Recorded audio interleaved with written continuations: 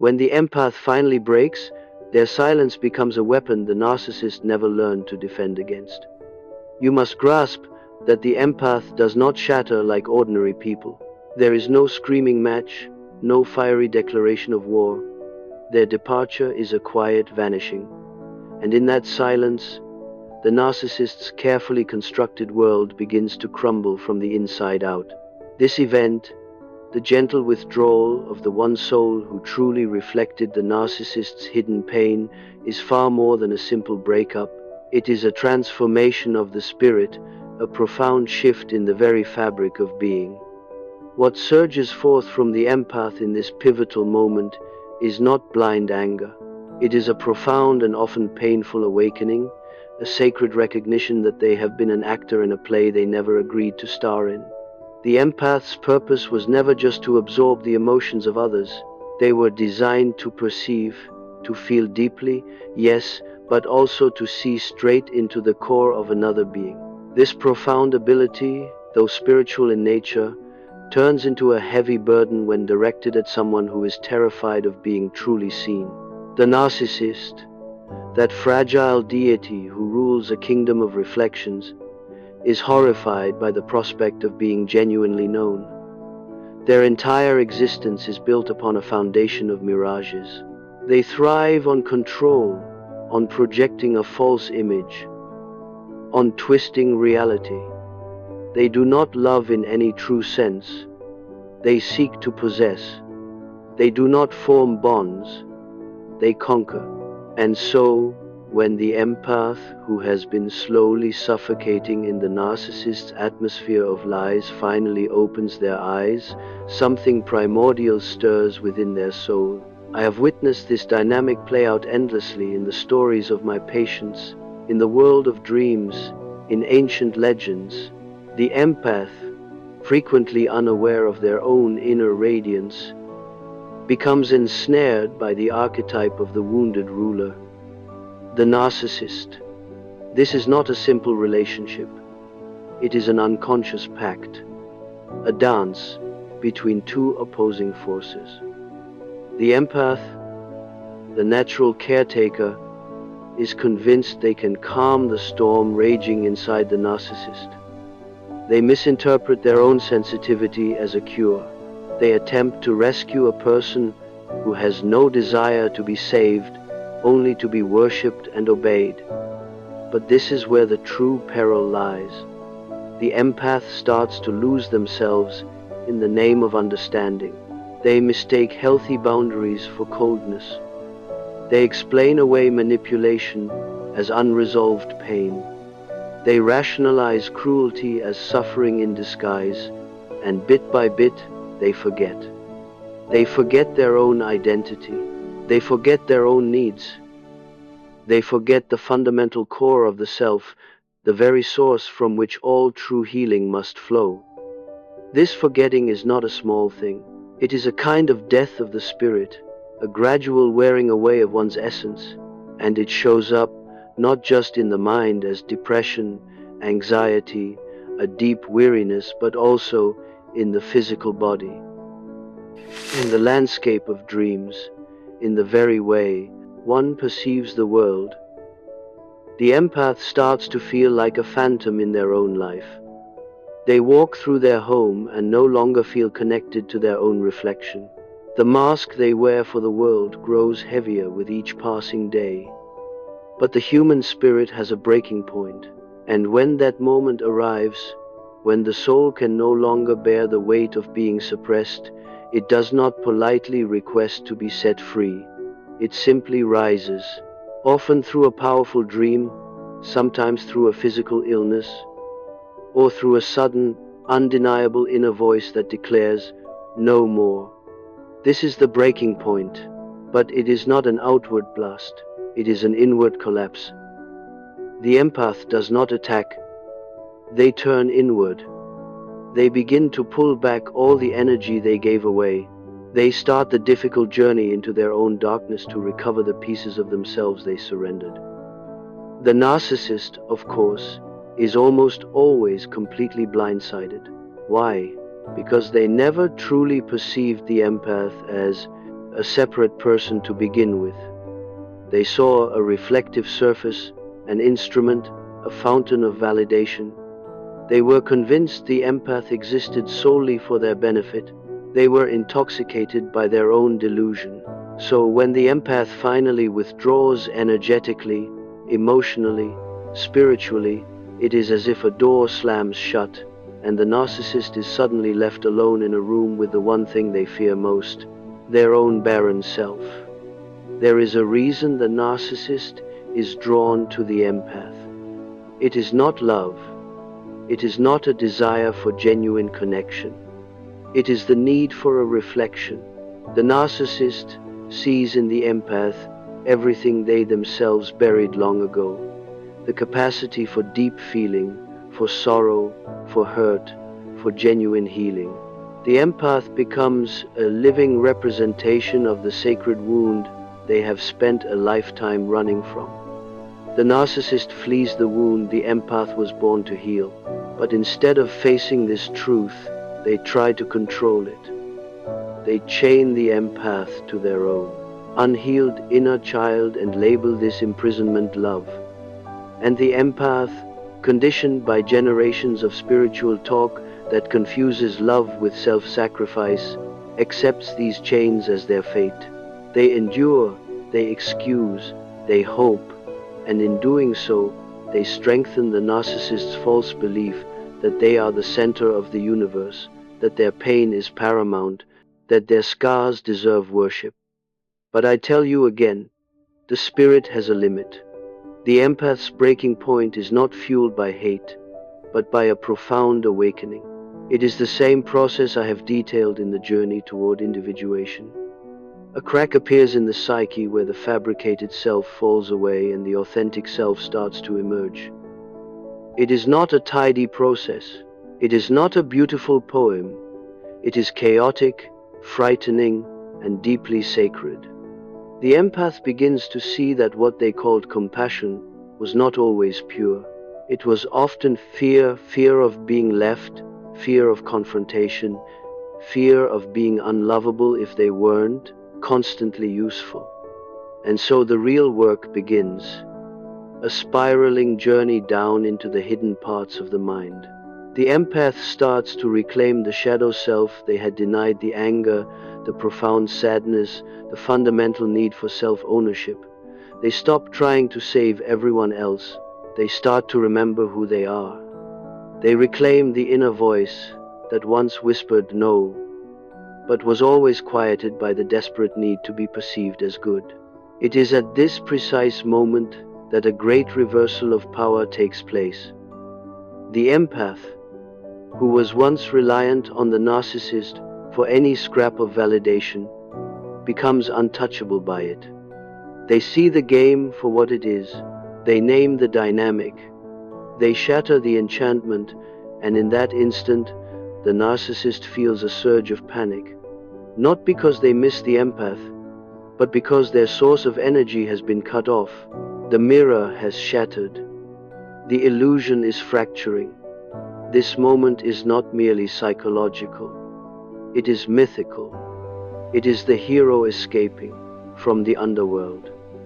It is the divine feminine remembering her innate power. It is the sacred homecoming of the self after a long exile. And it is often accompanied by dreams of purification, of flames, of great waves, of being born anew. The soul is scrubbing itself clean of the false narratives it was forced to believe. And so I tell you, when the empath reaches their limit, it is not a defeat, it is a rebirth, a sacred act of defiance, a quiet uprising that destabilizes the very foundations of the narcissist's empire.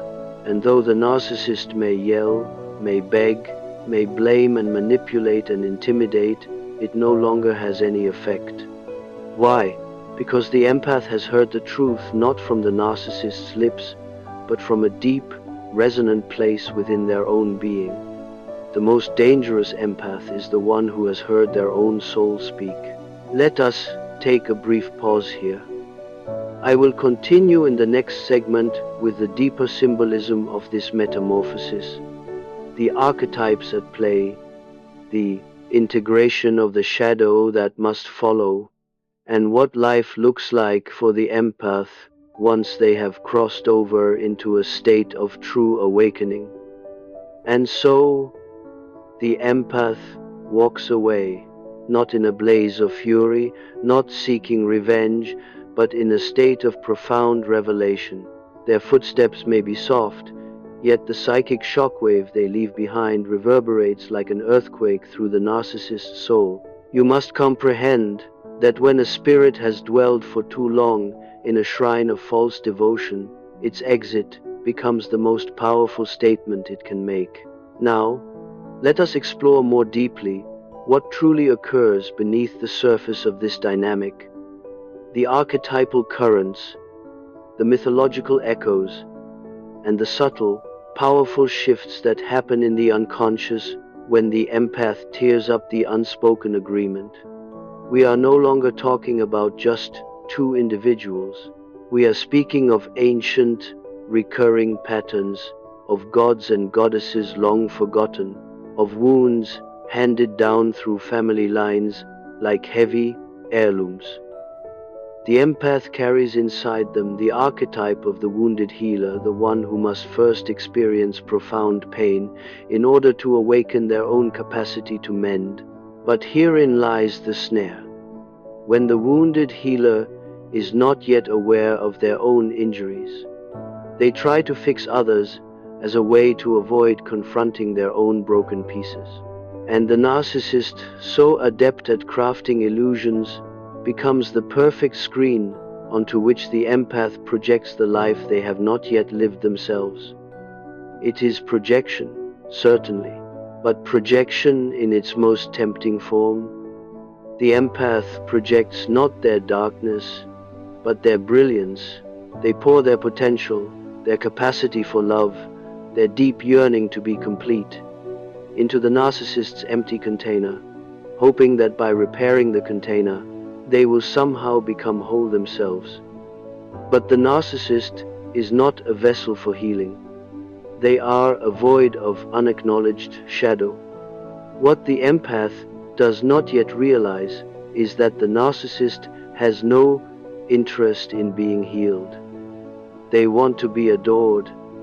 They demand obedience, not true closeness. They crave control, not genuine relationship. This dynamic creates a deep division within the empath's own psyche.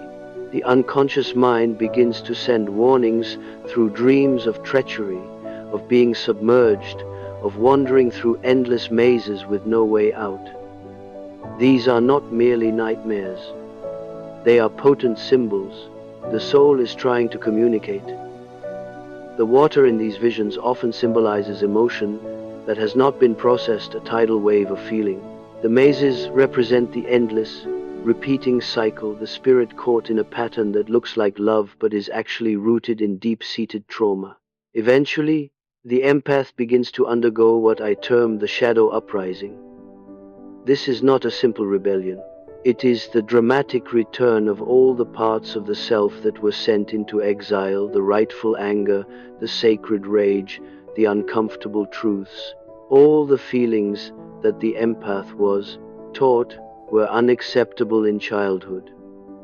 All the honesties they swallowed to maintain a fragile peace. These forces do not come back politely. They erupt like long-dormant volcanoes. And the empath, who has always identified as being nice, compassionate, and gentle, is often terrified by their own inner capacity for fire. But I tell you, this fire is holy. Its purpose is not to destroy, it is to purify. It is the soul reclaiming its borders, its right to take up space, its righteous fury at having been made small. And it is in this fiery moment that the empath finally, truly understands they were never meant to be consumed by the wounds of others. They were meant to witness those wounds, not to perish inside of them. The narcissist, when confronted with this blaze, shrinks back. They will often accuse the empath of changing, of becoming heartless, cold, or detached. But the reality is the empath is not becoming a different person. They are becoming an integrated person. They are making themselves whole. The division between the persona, the mask of the ever-kind helper, and the shadow, the concealed self that holds their truth, is melting away. The empath is no longer performing the role of the healer. They are in the process of becoming authentic. This process is not a straight line. It does not happen with elegance and ease. Often, the empath will be flooded with feelings of guilt, shame, and even a strange longing for the narcissist after they have left. Why? Because the narcissist did not just reflect pain back at them. They also mirrored the wounded child that still lived inside the empath. The part that felt unseen, inadequate, or unworthy of love, unless they were being needed. This inner child must now be embraced, not judged. The empath must now turn their deep compassion inward toward themselves. And this is the most challenging part, to love oneself after years of self-neglect, to forgive oneself for buying into the illusion, to mourn not just the lost relationship, but the beautiful fantasy of who the narcissist might have been.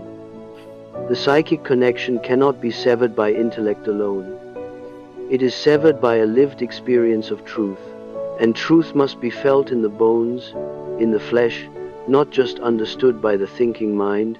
This is why the empath often goes through a period of extreme fatigue, trembling, even physical illness after they leave. The body is expelling the toxic burden that the soul has carried for far too long. In their dreams, the symbols begin to transform. The empath may see bridges, doorways, and gates. They may dream of powerful animals like wolves, of snakes, or of sacred, flowing water. These are not random images. They are markers of initiation. The soul is leading them back into the realm of primal patterns, not as a captive, but as a ruler in their own right.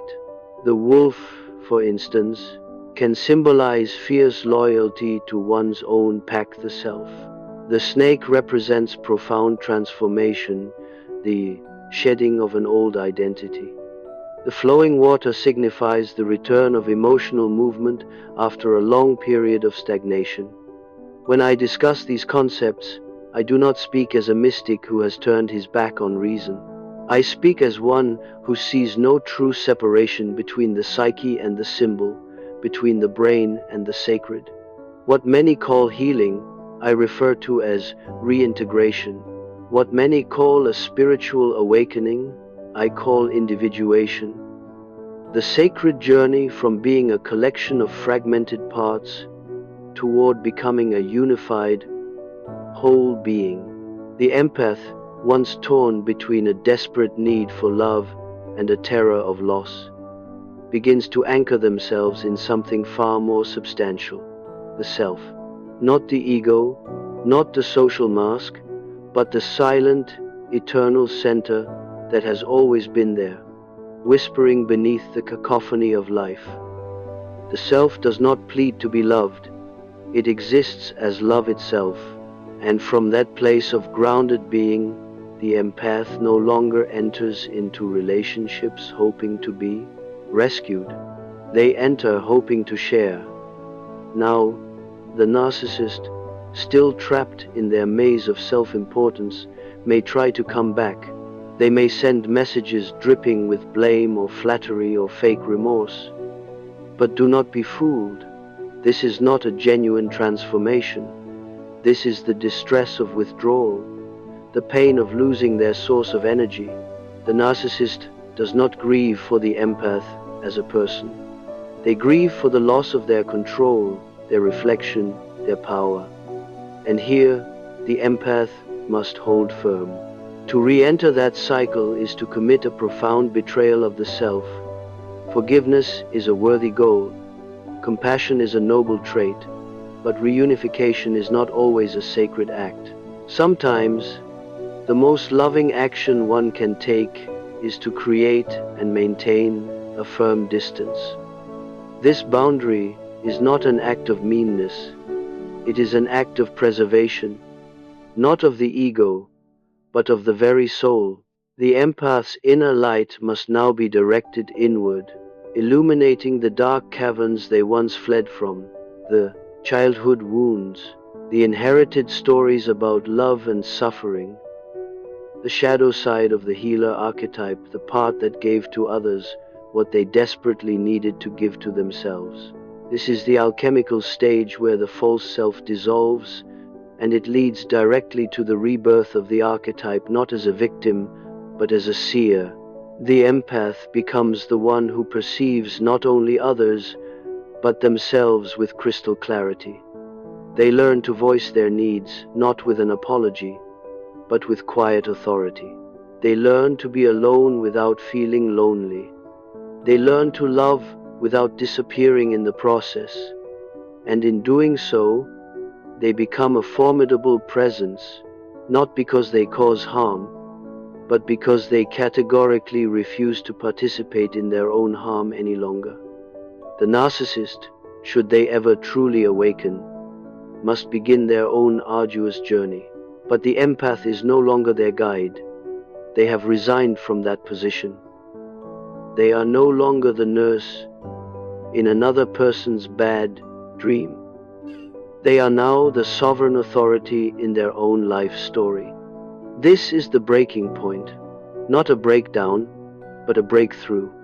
Not an ending, but the beginning of authentic consciousness. Let us pause once more.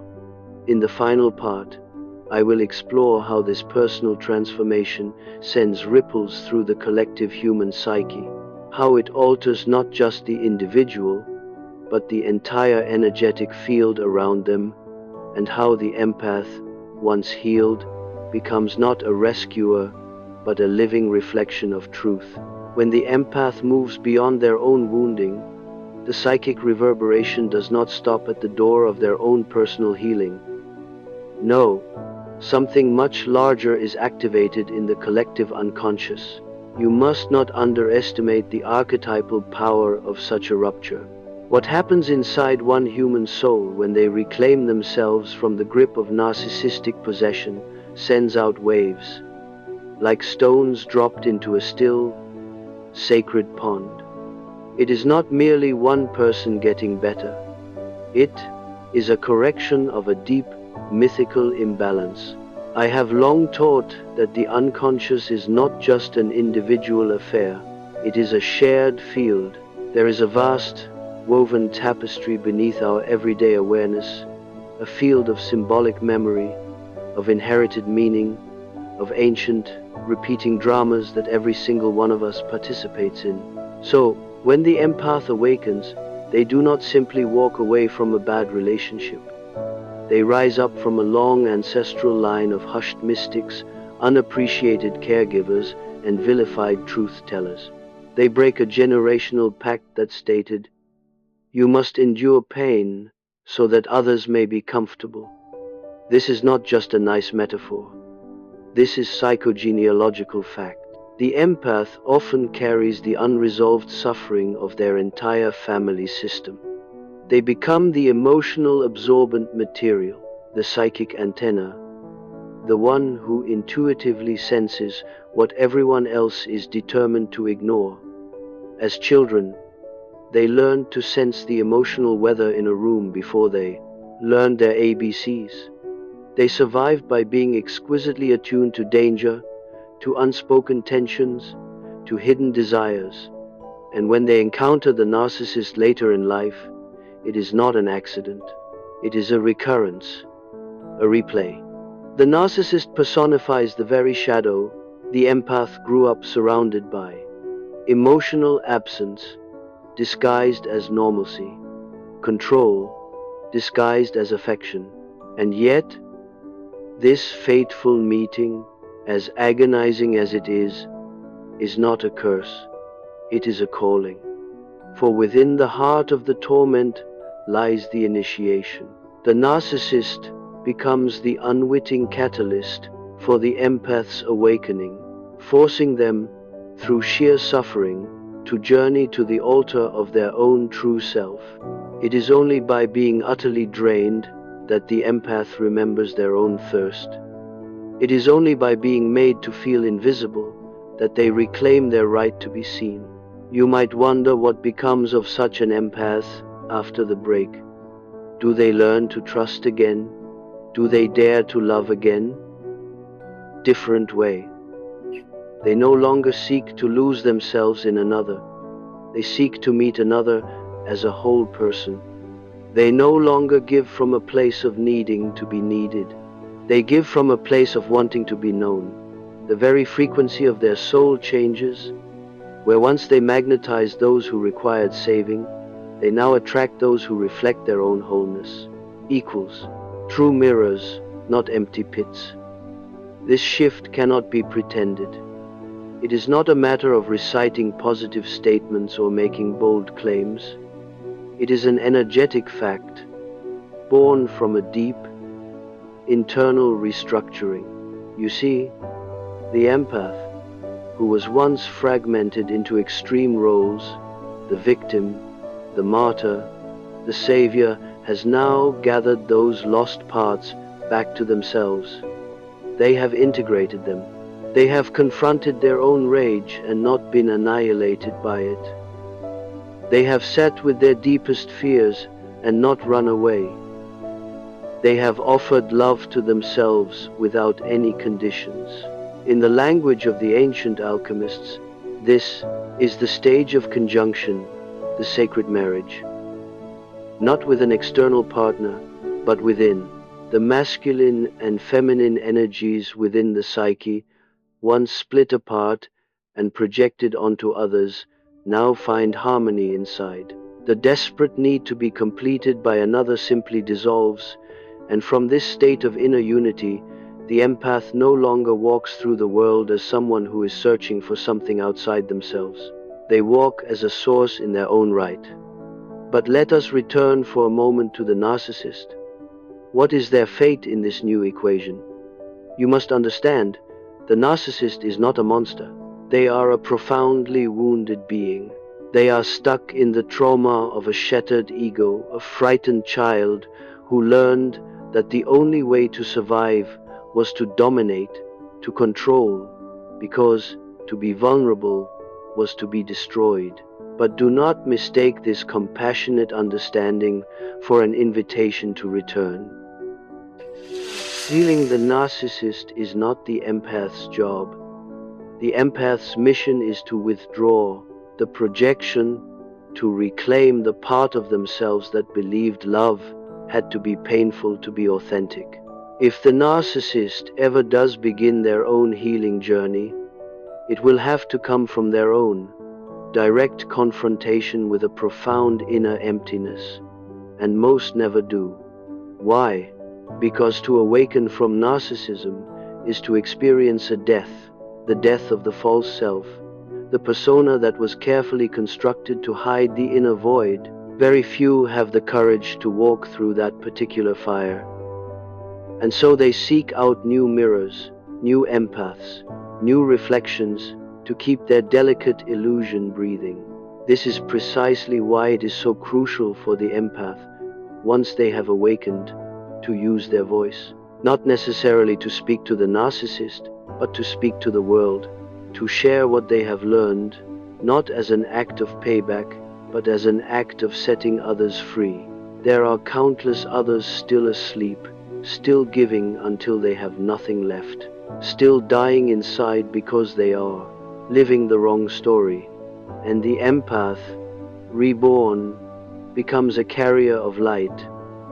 They begin to express themselves in symbols, to create art, to write, to guide.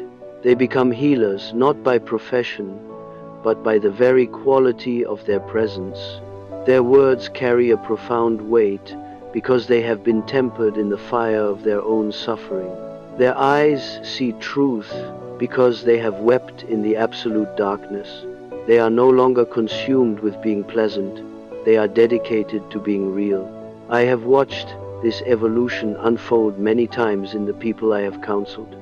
In the study of dreams, in the old myths, the empath becomes the mystic. The trauma survivor becomes the visionary. The quiet child becomes the one who speaks deep wisdom. And the world, which has for so long been addicted to power and domination, begins to tremble, not in fear, but in a kind of profound recognition. For the return of the empath's authentic voice is the return of the sacred feminine, the holy thread of true relationship that a narcissistic world has forgotten. And what does this mean for all of us?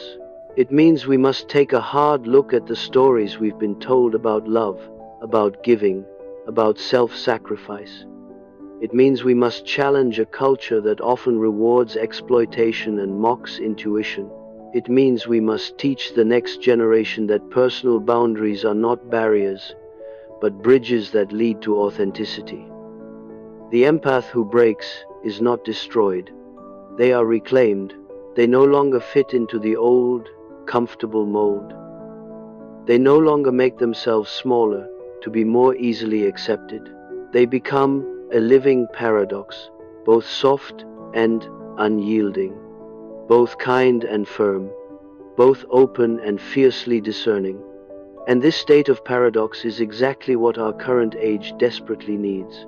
For the narcissistic structures that permeate our society cannot be torn down by more compliance.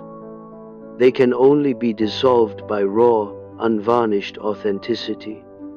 When the empath breaks, they stop playing the game. And by refusing to play, they change the rules of the game itself. And yes, it is terribly lonely at first. To wake up from a collective dream is to go through a period of mourning. The empath must grieve the version of themselves that remained small in order to feel secure. They must grieve the people who only loved them when they were asleep. They must grieve the old story that told them their value was measured by how much they could endure. But after the mourning comes a profound clarity, a deep stillness, a sacred pause where the soul finally takes its first full breath in years. The world regains its color, the body relaxes its constant vigilance, and they discover, to their astonishment, that they are not empty without the narcissist. They are, for the first time, truly free. And freedom, my dear friend, is not the absence of pain. It is the courageous presence of truth. And now we arrive at the final stage of this transformation, the part that almost no one sees, because by the time the empath has walked through the fire, they have stopped explaining themselves. They have stopped asking for permission to be understood. They have stopped waiting for the world to validate their existence. The empath has become sovereign. Sovereignty is not about dominance over others. It is the full and complete reclamation of one's own psychic center of gravity. It is the return home to the self, not the small, egoic self that begs and performs, but the vast, timeless self that observes, integrates, and creates from a place of wholeness. And once the empath plants their feet firmly in that self, they become immovable, not rigid, but deeply rooted, not unfeeling, but no longer penetrable by manipulation or guilt. At this stage, they no longer define themselves in relation to the narcissist. Their identity is no longer the one who got away or the one who survived. That is merely the middle chapter of their story. The empath now becomes something far more enigmatic, the one who sees, who truly sees, without any need to fix what they see, to absorb it, or to defend against it. This profound vision is born from their dance with the shadow. You see, the empath's journey is not about eliminating pain, it is about integrating it. This is the most frightening task for someone who was raised to be a people pleaser, to turn and face the so-called monster within the rage, the selfishness, the envy, the need for control, and to hold it all with compassion rather than with shame. What we label as the shadow is not evil. It is life force that has been rejected. It is the soul's authentic expression, wrapped in layers of fear. When the empath finally dares to feel their full anger, to speak their full grief, to honor their own needs without apology, they begin to metabolize their own shadow. And what once felt terrifying and dangerous now feels sacred and vital. The internal split begins to heal. The psychic pressure releases. The narcissist was, in a twisted way, a teacher of the shadow, but only if the empath finally stops dancing to their tune. Until that point, the empath is trapped in a cycle of projection, mistaking the external chaos of the relationship for their own internal reality. But when the empath finally declares, "No more," and begins to ask the crucial question, "Why was I so drawn to this dynamic in the first place?" that is when the true archetypal work begins. The mirror turns inward, and what do they find? They find the child, the quiet, overly sensitive, watchful child, the one who learned that love was synonymous with sacrifice, that attention was a currency to be earned, that simply existing came with a list of conditions. And when the empath holds that child not as a problem to be solved, but as a beloved part of themselves to be embraced, something miraculous occurs. The past begins to loosen its stranglehold. This is deep, psychic repair work, the kind that cannot be rushed through sheer willpower. It comes through gentle presence, through slowness, through breath and silence, and the patient work of unlearning old, toxic lessons. It is the mending of the soul, the reweaving of trust within one's own being, and with every small, conscious act of self-honoring, whether it's resting, setting a boundary, speaking a truth, the empath carves new neural pathways in their psyche, pathways of safety, of inner companionship. Now, relationships become mirrors, not life support systems. The empath no longer looks for another person to complete them. They look for resonance. They can sit with another human being and feel the familiar tug of the old patterns, but instead of falling headlong into them, they simply observe them. They might say quietly to themselves, "Here is the part of me that once mistook this chaos for aliveness." And then, from that place of awareness, they make a different choice. This is mastery. It is not about being perfect. It is not about being invulnerable. It is about awareness, and awareness creates the space for choice. And what of love? What becomes of love once the empath stops confusing it with suffering? Love is utterly transformed. It becomes softer, yet it never surrenders the self. It listens deeply, but it does not absorb the other's pain. It gives generously, but it does not require the giver to disappear. It receives gracefully, without a trace of guilt. It grows deep roots, not in the soil of fantasy, but in the shared ground of truth. Love becomes not a story the empath desperately clings to, but a daily practice they embody. And because they are no longer a collection of fragmented parts, the empath's love is no longer a beacon calling out to the broken. It is an invitation, extended only to those who are also whole. Their energetic frequency shifts. They may still feel things intensely, of course, but they are no longer defined by emotional overwhelm. They are defined by clarity, by presence, by a kind of sacred restraint. The narcissist, if they are still watching from a distance, cannot comprehend this change. The empath no longer reacts, no longer explains, no longer participates in the dramatic performance. The narcissist cannot seduce what has become sovereign. They cannot bait what has left the fishing hole, and so they eventually move on, seeking the next unawakened mirror to admire them. But the empath, now a mystic in their own right, walks a different path entirely. They walk with others who have also learned how to see. They no longer fear solitude because they have become their own best company. They no longer seek out chaos for a sense of aliveness, because inner peace no longer feels like death by boredom. They no longer accept crumbs of affection because they have remembered, at the deepest level, that they themselves are the entire feast. This is not arrogance. This is a homecoming, a return to one's original essence, a return to truth, a return to sacred vision. And what of their famous gift? The empath's gift has always been their deep sensitivity, their powerful intuition, their energetic resonance. But before the awakening, that gift was pointed outward, used to decipher others, to please others, to heal others who never actually requested healing. After the awakening, that gift is no longer leaked out indiscriminately.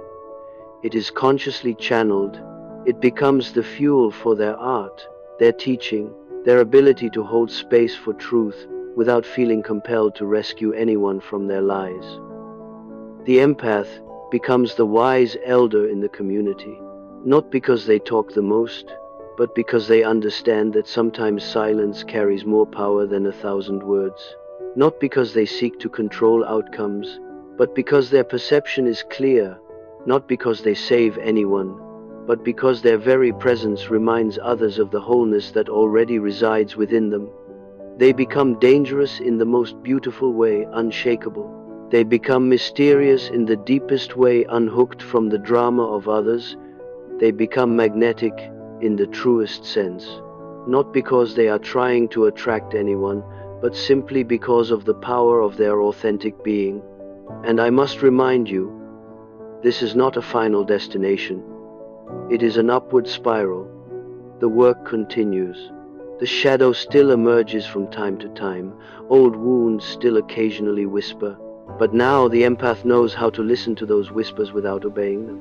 They know how to feel the rising emotions without losing their center.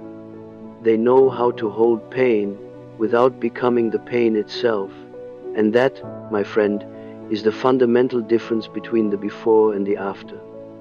Before, the empath lived in a state of constant reaction.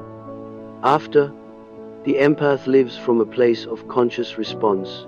Before, they gave to others as a survival strategy.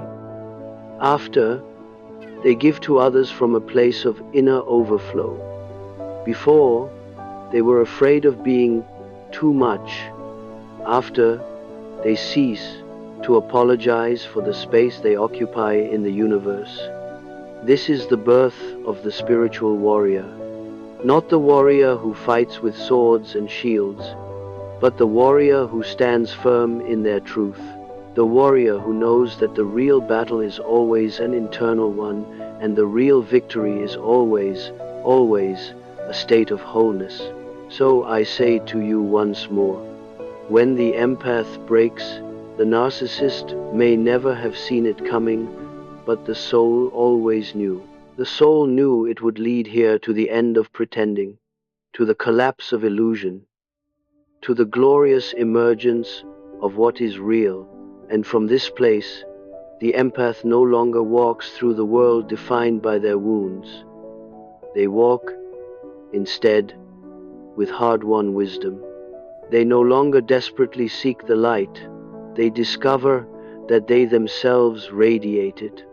They no longer beg to be chosen by others. They make the ultimate choice, to choose themselves. They become, finally, what they were always meant to be, not saviors of others, but living mirrors of the sacred that exists within all of us, Let us now sink down one last time into that deep, inner quiet where all illusions are finally stripped away, not through violence, but through a profound and loving reverence. What remains after the empath breaks is not ruins, but a renewal, a silence, not of emptiness, but of profound completion, a quietude so rich and full that it seems to hum with the memory of everything that has been witnessed, felt, endured, and, at long last, truly understood. You see, the empath's breaking point is not a collapse, it is a culmination. It is the convergence of every ignored gut feeling, every silenced no, every sacred boundary that was trampled in the name of keeping the peace. But now, peace is no longer defined as the absence of conflict. It is redefined as the vibrant presence of selfhood. It is the full and complete return of the empath to their own body, their own breath, their own deep, intuitive knowing. There is, in this emergence, a kind of holy gravity. Other people can feel it. Those who once knew how to manipulate the empath now hesitate, confused as to why their old, reliable tactics suddenly yield no results. There is nothing left to grab onto. No hook, no unhealed wound left exposed. The energy has fundamentally shifted. The empath is no longer broadcasting a signal of availability for pain. They are emitting a steady, unwavering frequency of truth. This is the deeper meaning of the journey of individuation.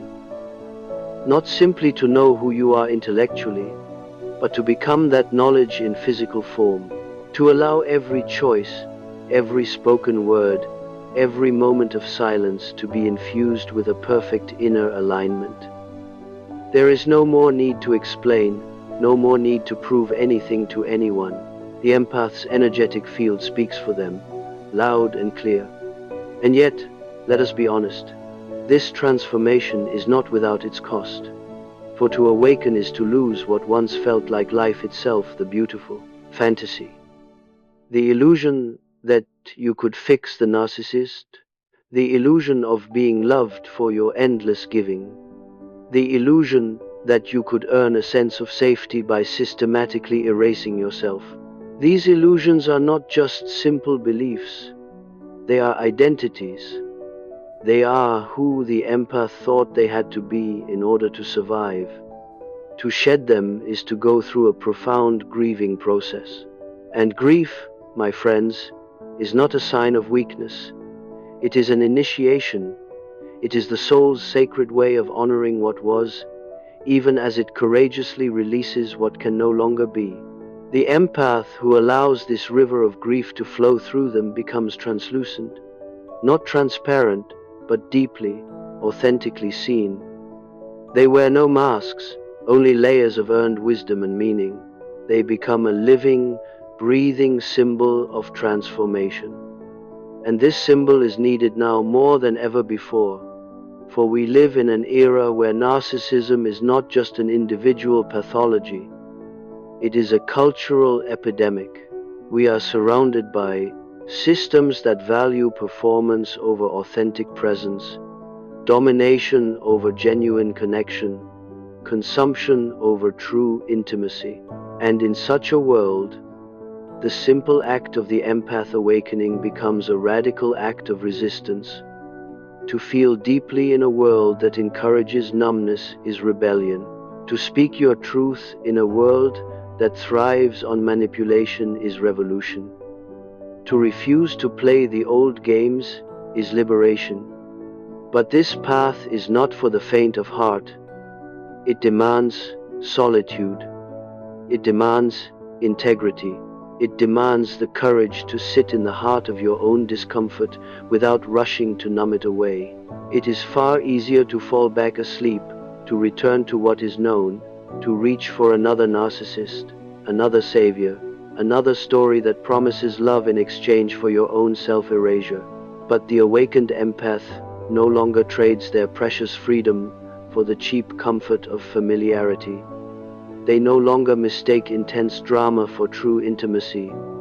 They no longer label chaotic chemistry as love. They wait, they observe, they feel. And then, from that centered place, they choose. And when they do choose to love, it is not to fill a void within themselves.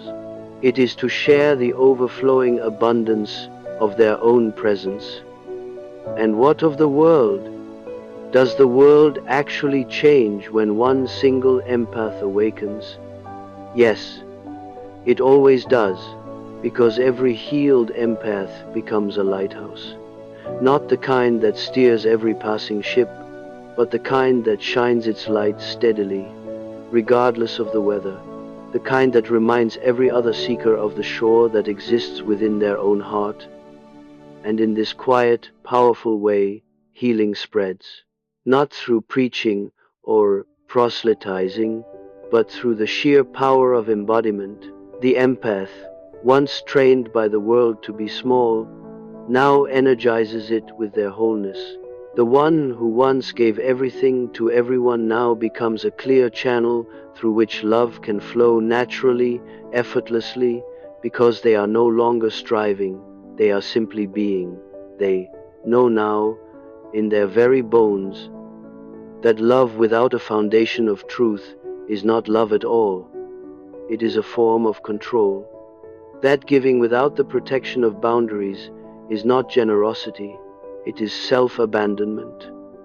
That empathy without the wisdom of discernment is not a virtue.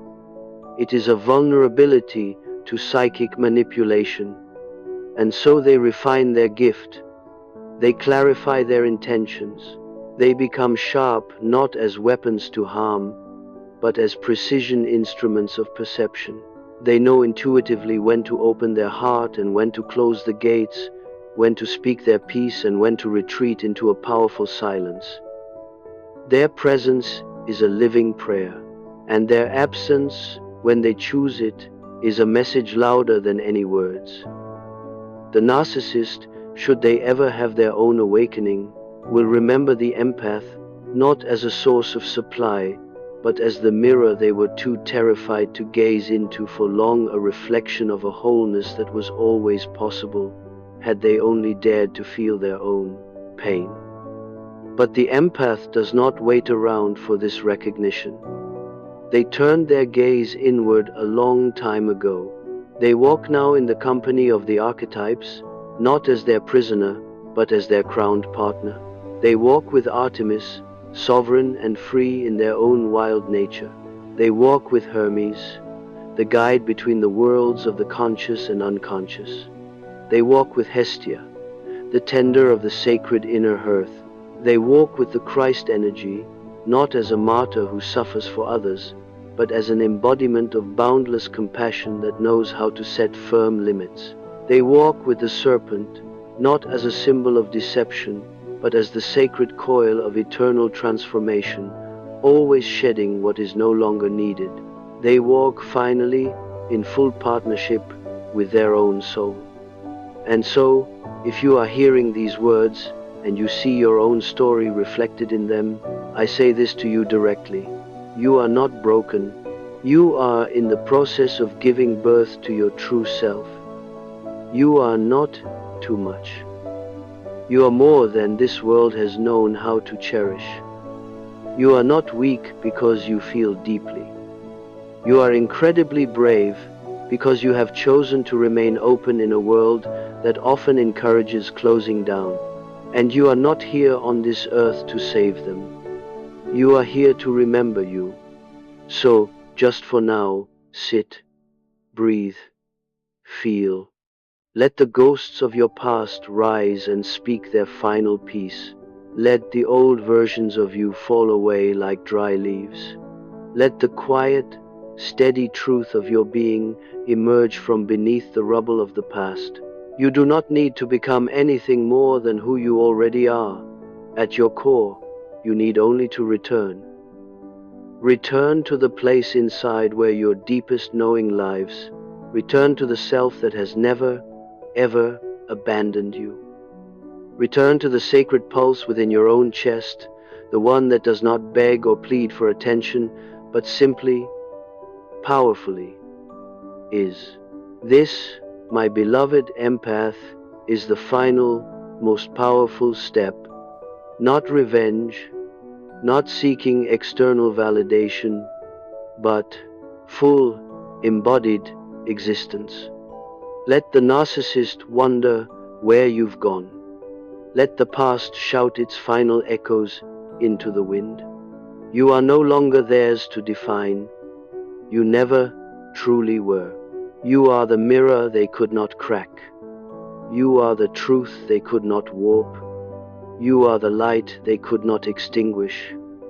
And now, finally, irrevocably, you are your own. So go forward as the one who has awakened. Go as a quiet force of nature. Go as the sacred rebel who changes the world simply by being in it.